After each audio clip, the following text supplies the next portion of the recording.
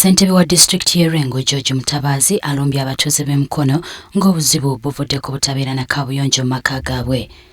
Mutabazi abadde wano entaawo ku Naro n'ategeeza nti kiswaza nnyo okuba nti emyaka gyonna abatuuze bayinza okubeera nga tebalina buyumba bumugwanya, ekintu ekiteeka obulamu bwabwe mu matigga.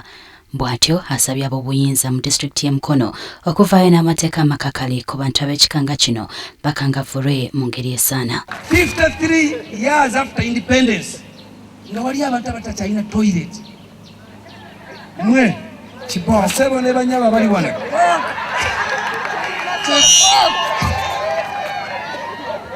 mbabuulira we need this speed. Tewali kintu kibinga kutambula ng'ova Masaka gwe n'otuuka e Lukayabala nga bakyali Masaka.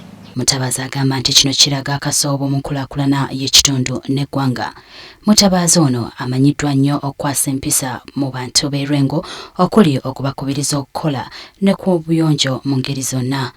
Mutabazi abadde ku mukolo gw'okusiibula ssentebe w'ekibiina kya Muzadi Peter Lusembo ng'ono afunye omulimu omujja mu kitongole kya Naro. Brother Institute ekyasinga okuleeta ssente ebadde era ekyali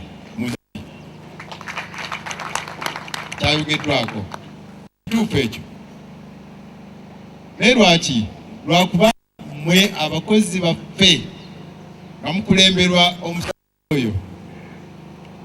We are creating a private company in a government pushing ebyo zibitegera bulungi ebyo. Ebyo bina tugenda kubivaamu. Lusembo ono y'omu aweze okukola ennyo okutumbula okunoonyereza mu kitongole kino okusobola okuzza obulimi n'obulunzi ku mutindo.